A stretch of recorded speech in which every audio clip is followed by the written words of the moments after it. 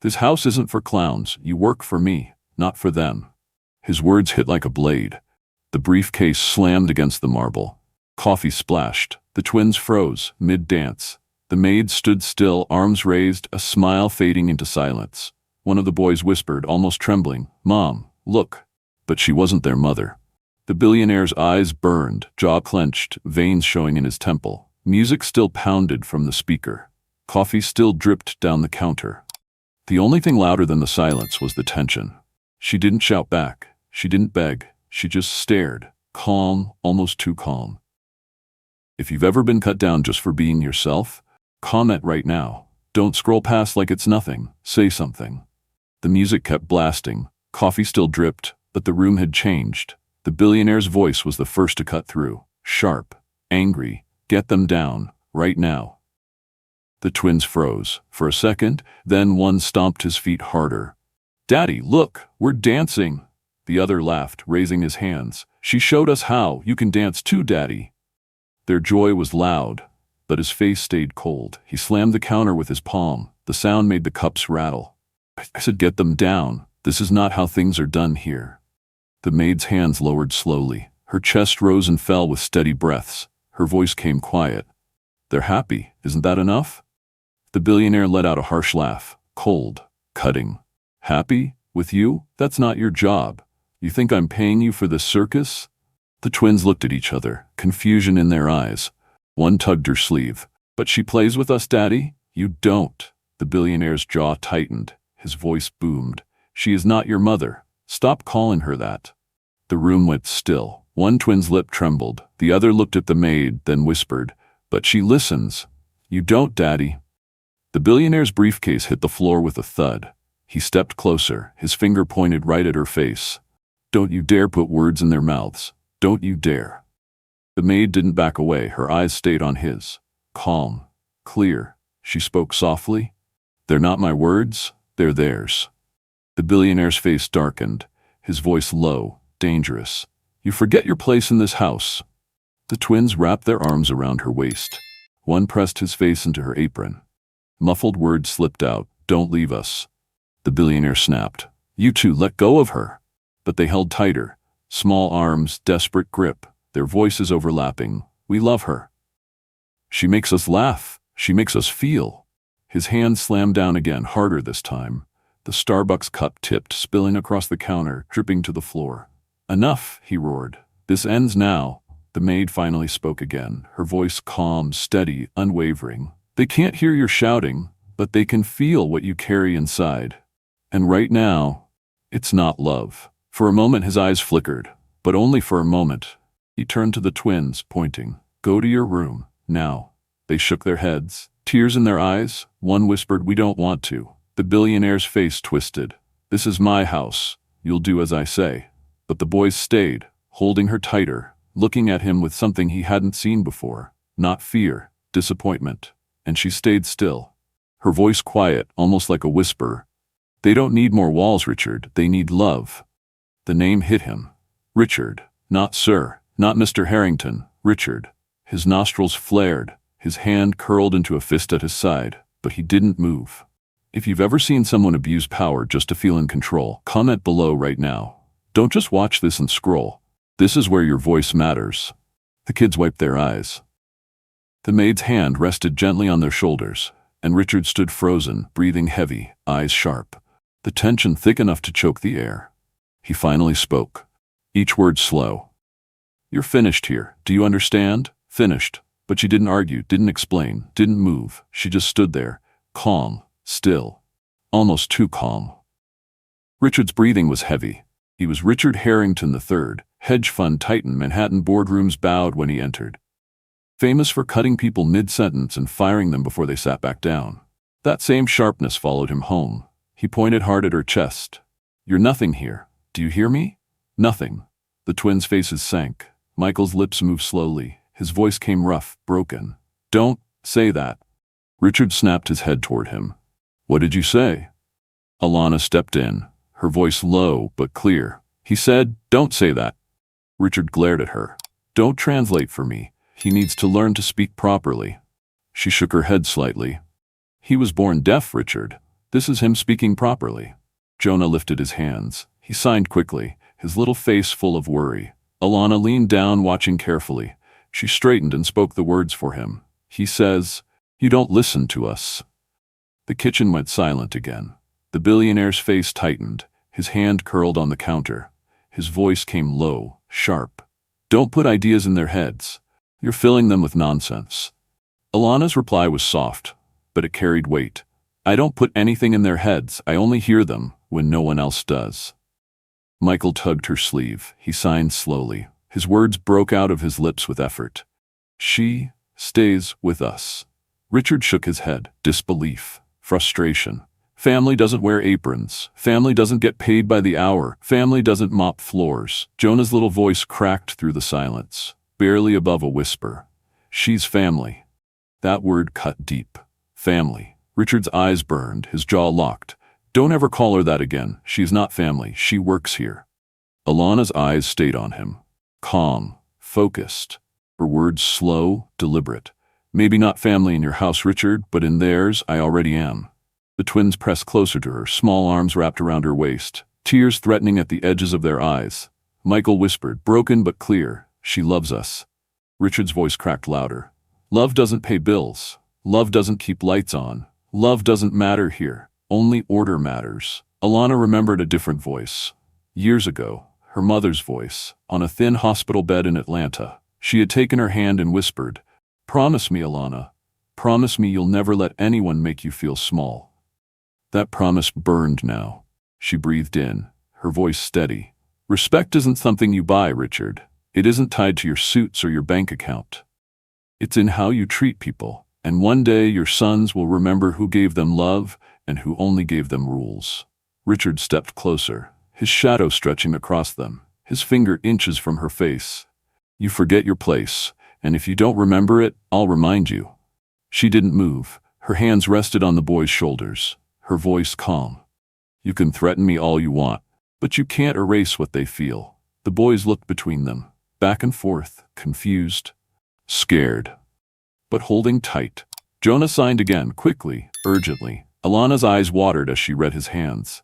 Her voice shook slightly when she translated. "He says, 'Don't leave us.'" Richard froze. The words landed like bricks, his own sons begging. Not for toys, not for money, but for her. Michael added his own sign, small hands moving clumsily. She translated, "He says you never see us." Richard's face turned pale with anger. He barked out, "That's a lie. I provide everything for you. Everything." The twins stayed quiet, their little hands still signing. Alana whispered again, "They don't need everything, Richard. They need you, and when you're not here, they have me." The billionaire's body tensed, his pride cracking under the weight of truth. But he masked it quickly. He straightened his suit jacket, jaw locked, his words sharp and final. "You're finished here. Do you understand? Finished." But she didn't crumble, didn't beg, didn't move. She stood calm, eyes steady, her presence louder than his power. Because Richard Harrington III thought he owned the room. But in that kitchen, on that night, everyone watching knew he didn't. If you've ever seen someone use money or power to crush someone's dignity, comment right now. Don't be silent. Your voice matters in moments like this. Richard's voice cut the air again. "I don't pay you to entertain. I pay you to clean." The twins looked up at him, their little hands tugging her apron. One whispered through broken speech, "She plays with us." Richard snapped back. "That's not her job. That's not what I hired her for." Alana's voice was steady. They were happy, for the first time all day. "Isn't that what matters?" His eyes narrowed. He turned slightly, speaking past her, not to her. "Do you want me to call the agency right now? Because I will, tonight." The words hung heavy. The boys gasped. Michael shouted, loud enough for him to hear, "No, Daddy, no, don't send her away." Jonah stomped his foot, fists clenched. "We want her here." Richard didn't look at them. He kept his gaze cold, locked on the wall behind her, as if she didn't even exist, as if they didn't either. His voice dropped low. "Children don't decide who stays in this house. I do." Jonah's small voice cracked. "But you're never here." The words hit, but Richard brushed them off. He straightened his tie, his jaw tight, his tone harsher.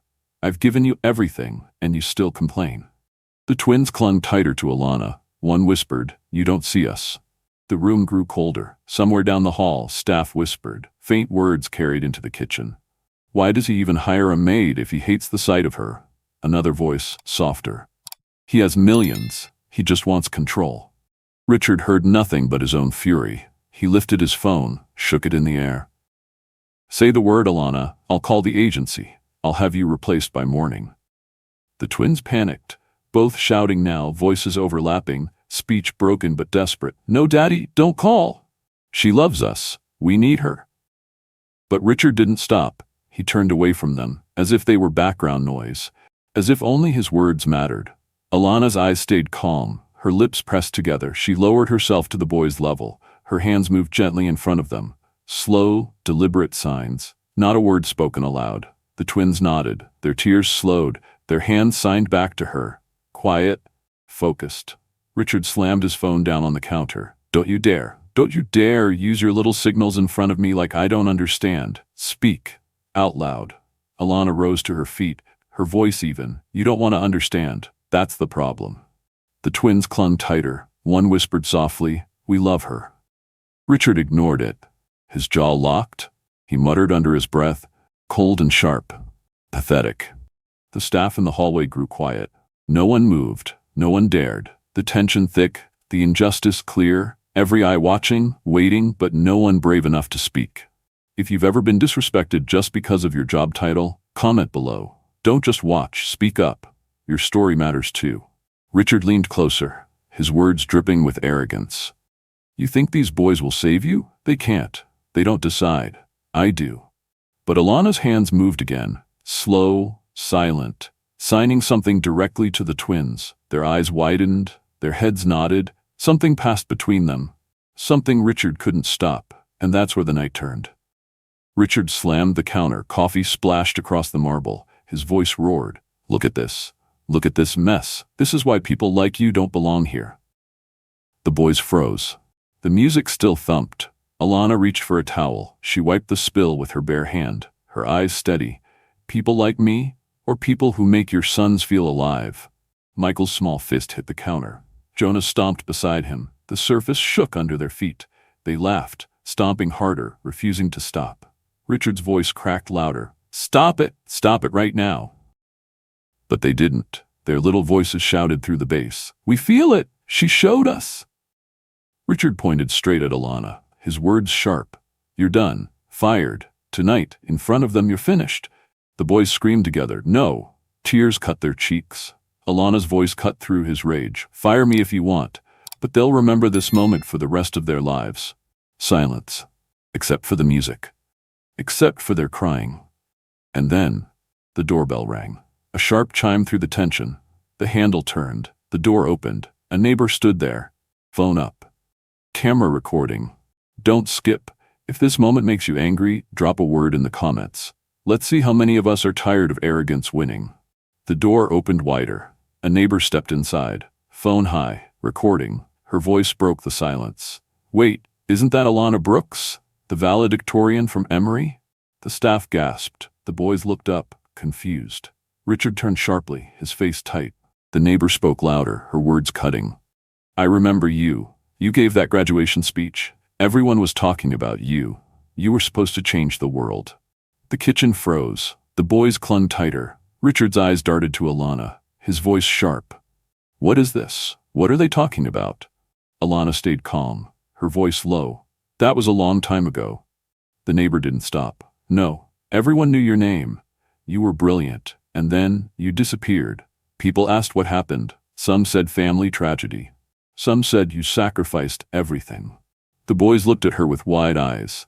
Michael whispered, broken but clear, "That's you?" Alana kneeled down. Her hand touched his cheek. Her voice cracked gently. "Yes, baby, that's me." Jonah signed quickly, tears running. She translated softly, "He says, we love you, no matter what." Richard froze. The weight hit him. His own son's deaf from birth, clinging to her. Not to him. The neighbor's voice rose again. "She taught them? That's why they dance like that? That's why they stomp with the music?" Alana nodded, her voice steady now. "They can't hear the sound, but they can feel it, through vibration, through rhythm. I showed them that joy doesn't need ears, it only needs love."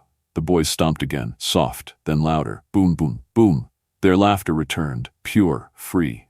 Richard's hand gripped the counter, his face pale, his voice low. All this time, it was you. Alana rose slowly, her eyes on him. Not me, them. They already had it inside. I just gave them the space you wouldn't. The neighbor's phone kept rolling. Every word caught, every silence recorded. Richard looked trapped, his children against him, the maid no longer invisible, the truth no longer hidden, and the camera still recording, still live, still spreading. If you've ever seen someone's true self revealed in the heat of conflict, comment now. Don't stay quiet. This moment deserves voices. The camera stayed up, every second recorded, every word captured. The neighbor whispered, but loud enough to carry. People need to see this. Richard turned on her, his voice harsh. Turn that off. Now. But she didn't. She held the phone higher. You don't give orders here, Richard. Not anymore. The staff in the hallway leaned closer. One of them muttered, He's finished. The boys clung tighter to Alana. Jonah signed quickly, tears streaking his cheeks. She translated softly, He says, don't be scared. We're with you. Richard's face twisted. With her? She's the help. She's nothing to you. Michael shouted back, his little voice cracking. She's everything. The staff gasped. The neighbor's camera caught it all. Richard's voice shook with rage. You're ruining them. You're turning them against their own father. Alana's voice cut steady. I didn't turn them. You did. Every time you ignored them, every time you shouted instead of listening, they chose love. They chose me because I gave them what you wouldn't. The boys stomped again. Their small fists pounded the counter. We choose her. We love her. Richard's breath came heavy. He looked at the staff, at the neighbor, at the phone, his authority cracking. The neighbor said it loud. This isn't your house anymore, Richard. It's a prison, and they're the ones living in it. The staff murmured. One voice rose. She deserves better. Another. The kids deserve better. Richard tried to speak, but his words stumbled. I provide for them. I give them everything. Alana cut him off, her tone firm. You gave them things, not yourself. That's why they cry for me. Silence spread, the truth heavy in the air. The boys signed together. She read their hands, her voice trembling as she spoke their words. We don't want money. We don't want toys. We want love. Richard's shoulders sagged. His eyes darted to the neighbor's camera. Still recording. Still live. One of the staff whispered. It's already online. Richard froze, his face strained. The control he built for years shattered in a single night. Would you forgive him if it were you? Comment yes or no right now. Don't just watch. Answer. Everyone deserves to be held accountable. The boys leaned against Alana, tears drying, but hearts strong. And Richard stood trapped, exposed. Every second of his downfall streaming for the world to see. The neighbor's phone never dropped. The recording kept rolling. By now, comments were already flooding in, across town, across states, across the country. Richard's voice had gone quiet, but the damage was done. The staff stared, the boys held on, and Alana stood steady, calm in the storm. She knelt beside the twins. Her hand brushed their hair back, her words soft. You are stronger than this house. You are bigger than this moment. Never forget that. Michael whispered, shaky but loud enough. Don't leave us. Jonah signed quickly, his little hands moving fast. She read his words aloud. He says, you are our heart. The staff's eyes watered. Even the neighbor's voice cracked. People need to hear that. The world needs to see this. Richard tried once more. His words stumbled. She's manipulating you. She's using pity. Don't listen to her. But his voice was weak now, empty. The boys didn't even turn toward him. Their faces stayed fixed on Alana. One of the staff finally stepped out of the shadows, her voice strong. No, Richard, she's the one raising them. We all see it, you just don't. Another staff member joined in. She gave them joy, you gave them fear. That's the truth. Richard's face hardened, but the tremble in his hand betrayed him. Alana stood tall again. Her eyes met his, her voice calm but sharp enough to cut. You spent years building walls, Richard. Walls of money, walls of rules. But walls don't raise children, love does, and they know who gives it to them. The boys shouted together. We choose her. Their voices loud, strong, echoing in the kitchen. Richard staggered back, for once not because of authority, but because he'd lost it. The neighbor whispered again, "It's already viral." And she was right. Clips had already hit TikTok. Comments poured in, "Protect Alana. Those kids know real love. Money doesn't make a parent." The hashtags climbed. "We choose her. Dance with dignity." Alana took the twins' hands. She spoke softly so only they could hear. "This isn't the end.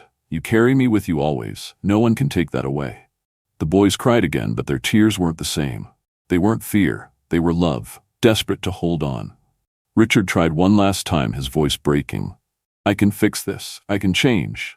Just stop filming." But the neighbor's reply was firm. "It's too late. The world is watching, and they'll decide who you are now." The boys pressed their faces into Alana's apron.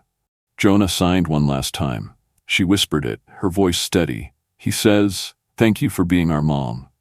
Richard's knees buckled slightly. The staff looked away. Because even they knew this was the end of him. Alana lifted her head, her voice strong, meant for everyone in the room. "Respect is not a gift of the rich. It is not a luxury for the powerful. It is a right. For every child, for every worker, for every soul." The words carried, not just in the kitchen, not just in the neighborhood, but across millions of screens. And the legacy was sealed. Alana Brooks, once dismissed as a maid, stood as the woman who taught the world a lesson about dignity. Richard Harrington, once untouchable, became the warning no one wanted to repeat. If you believe respect should never depend on wealth or status, comment right now. Say it loud. The world needs more voices on this. So now you've seen it. A man with everything, a woman with nothing. And in the end, who had the real power? It wasn't his money. It wasn't his house. It wasn't his name. It was love. Love that the world tried to bury, but could not. And here's the truth. There are thousands of Alanas. Maybe you've met one. Maybe you've ignored one. Maybe right now, someone like her is in your life, unseen. The question is, what will you do about it? Because silence makes arrogance stronger. Silence keeps the powerful untouchable. And silence is why people like Richard keep winning. But if you speak, if you drop a comment right now, if you say, "I see you," to the Alanas of the world, then this story doesn't die here. It grows. It becomes bigger than a video. It becomes a movement. So I'm asking you, no, I'm begging you. Comment below if you've ever been judged, disrespected, or treated as less. Share this video, not for me, but so that voices like hers are never ignored again. And subscribe right now, because these stories can't vanish into the noise. You watched what happened tonight. You felt it. If you leave without acting, you're choosing Richard's side. But if you comment, if you share, if you subscribe, then you're standing with Alana. You're standing with the twins. You're standing with dignity. So what side are you on?